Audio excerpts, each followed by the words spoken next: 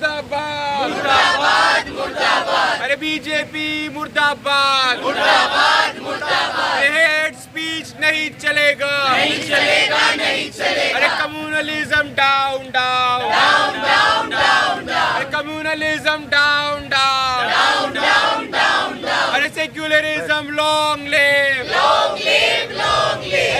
आज हम लोग दिल्ली यूनिवर्सिटी के छात्र हैं और हम लोग यहाँ आर्ट्स फैकल्टी के बाहर इसलिए इकट्ठा हुए हैं क्योंकि जिस तरीके के रमेश भिदुरिया ने जिस तरीके का हेट स्पीच पार्लियामेंट में यूज़ करा है उसके अगेंस्ट हम लोग यहाँ खड़े हुए हैं और इसी डिमांड के साथ कि उसको पार्लियामेंट से निकाला जाए क्योंकि ऐसे लोग पार्लियामेंट में रहना डिज़र्व नहीं करते हैं और उस पर एक स्ट्रिक्ट एक्शन लिया जाए। जिस तरह से बीजेपी का कहना है कि शुरुआत जो है वो दानिश अली ने की थी और भड़काया था और इसमें इस्तेमाल किया।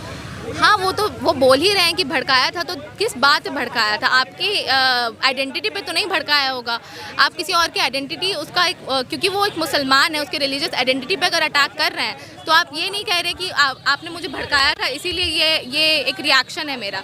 भड़काया था तो किस चीज़ पे भड़काया था, उस स्टेटमेंट के अगेंस्ट बोलिए। आप उसकी आइडेंटिटी पर अटैक कर रहे हैं तो वो दर्शाता है कि किस तरीके का हेट आपके अंदर है मुसलमानों के लिए और वो हेट बाहर निकल रहा है अगर आप किसी के रिलीजियस आइडेंटिटी पे अटैक कर रहे हैं। नीच शब्द का इस्तेमाल किया गया था दानिश अली, जिसके बाद भिदुरी का प्रतिक्रिया। हाँ तो उस शब्द के अगेंस्ट बोलिए ना कि क्यों इस तरीके के शब्द का यूज़ करा गया, लेकिन आप उसके रिलीजियस आइडेंटिटी उसका मुसलमान होने के ऊपर आप बोल रहे हैं, उसके मुसलमान होने पे अटैक कर रहे हैं तो वो एक हेट प्रोपेगेंडा फैलाना हुआ, वो एक हेट स्पीच हुई और उस पर अगर कोई एक्शन नहीं लेता है पार्लियामेंट तो पार्लियामेंट ये बताता है कि ऐसा स्पेस दिया जा रहा है पार्लियामेंट में कि ऐसी चीज़ें बोली जाए और उसके बाद कोई स्ट्रिक्ट एक्शन नहीं लिया जाएगा। क्योंकि मणिपुर वायलेंस पे अगर अकाउंटेबिलिटी मांगी जाती है सरकार से, अगर टमाटर के बढ़ते हुए प्राइस पे अकाउंटेबिलिटी मांगी जाती है, अडानी के ऊपर बात होती है तो उन पार्लियामेंट के मेंबर्स को निकाल दिया जाता है, उनको बोला नहीं जाता है। नया पार्लियामेंट यही है क्या जहाँ मुल्ले कटवे आतंकवादी उग्रवादी कहा जाएगा?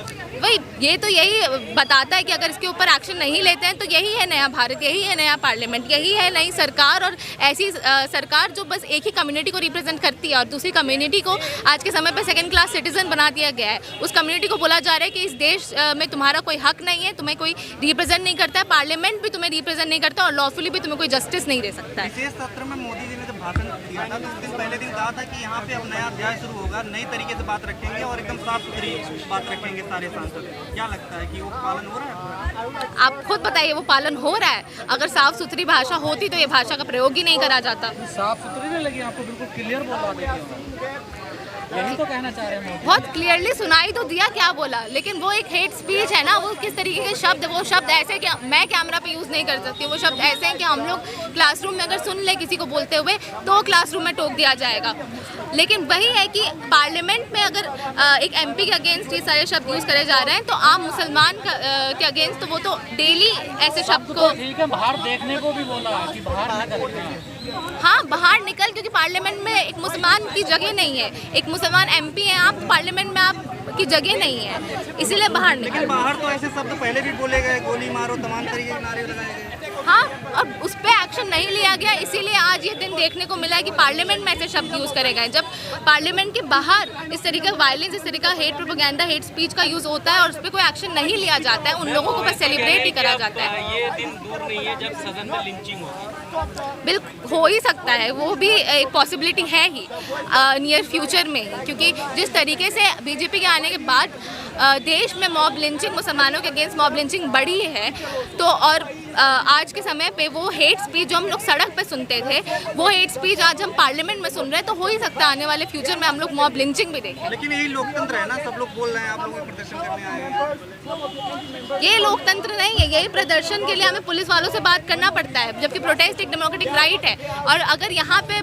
इससे ज़्यादा लोग इकट्ठे हो जाते ना तो ये हम लोग को उठा भी लिया जाता, तो ये लोकतंत्र नहीं है। क्योंकि हम एक बीजेपी के एमपी के अगेंस्ट बोल रहे, बृजभूषण के अगेंस्ट जब प्रोटेस्ट करा था तब यहीं पे इसी जगह सेक्शन 144 लगा दिया गया था और स्टूडेंट्स को उठा लिया गया था, जबकि एक हरासर के अगेंस्ट प्रोटेस्ट कर रहे थे वो लोग। तो क्या मुसलमानों को डराने की कोशिश की जा रही है? मुसलमानों को ये बताया जा रहा है कि देश में तुम अगर हमें वोट दो या ना दो हमें कोई फ़र्क नहीं पड़ता है, और मुसलमानों को ये बताया जा रहा है कि तुम्हारी कोई जगह नहीं है इस देश में, तुम्हें कोई रिप्रेजेंट नहीं करता है और इसीलिए इस तरीके की चीज़ों पे कोई एक्शन लेने से पहले ये लोग एक वार्निंग लेटर देते हैं। वार्निंग लेटर का कोई फ़ायदा नहीं है। वार्निंग लेटर इज़ बहुत लाइट एक्शन लेना। विपक्ष ने भी बस गोल गोल घुमा दिया चीजें देखने। हाँ वही, विपक्ष भी अगर इस तरीके का काम कर रही है तो वही है कि मुस्लिम को रिप्रेजेंट कौन कर रहा है फिर, ना सरकार ना अपोजिशन। पर दानिश अली की कम्युनिटी भी उनके साथ नहीं आ रही है, देखिए कोई दिखाई नहीं दे रहा कहीं उनके साथ आता। हाँ, क्योंकि मुसलमान डरा हुआ है ना आज के समय पे। अगर मुस्लिम अगर यहाँ पे उतरते हैं सड़क पे प्रोटेस्ट करने के लिए तो सबसे पहले तो उन पे एक्शन लिया जाएगा ना, उन पे तो बहुत ठोस एक्शन लिया जाएगा। पीछे जो 2 सांसद थे वो मुस्कुरा रहे थे। हाँ, तो वही है कि वो सेलिब्रेशन ही है ना उस स्पीच का, उस हेट स्पीच, उस हेट प्रोपेगेंडा का सेलिब्रेशन, अगर हंस रहे हैं तो।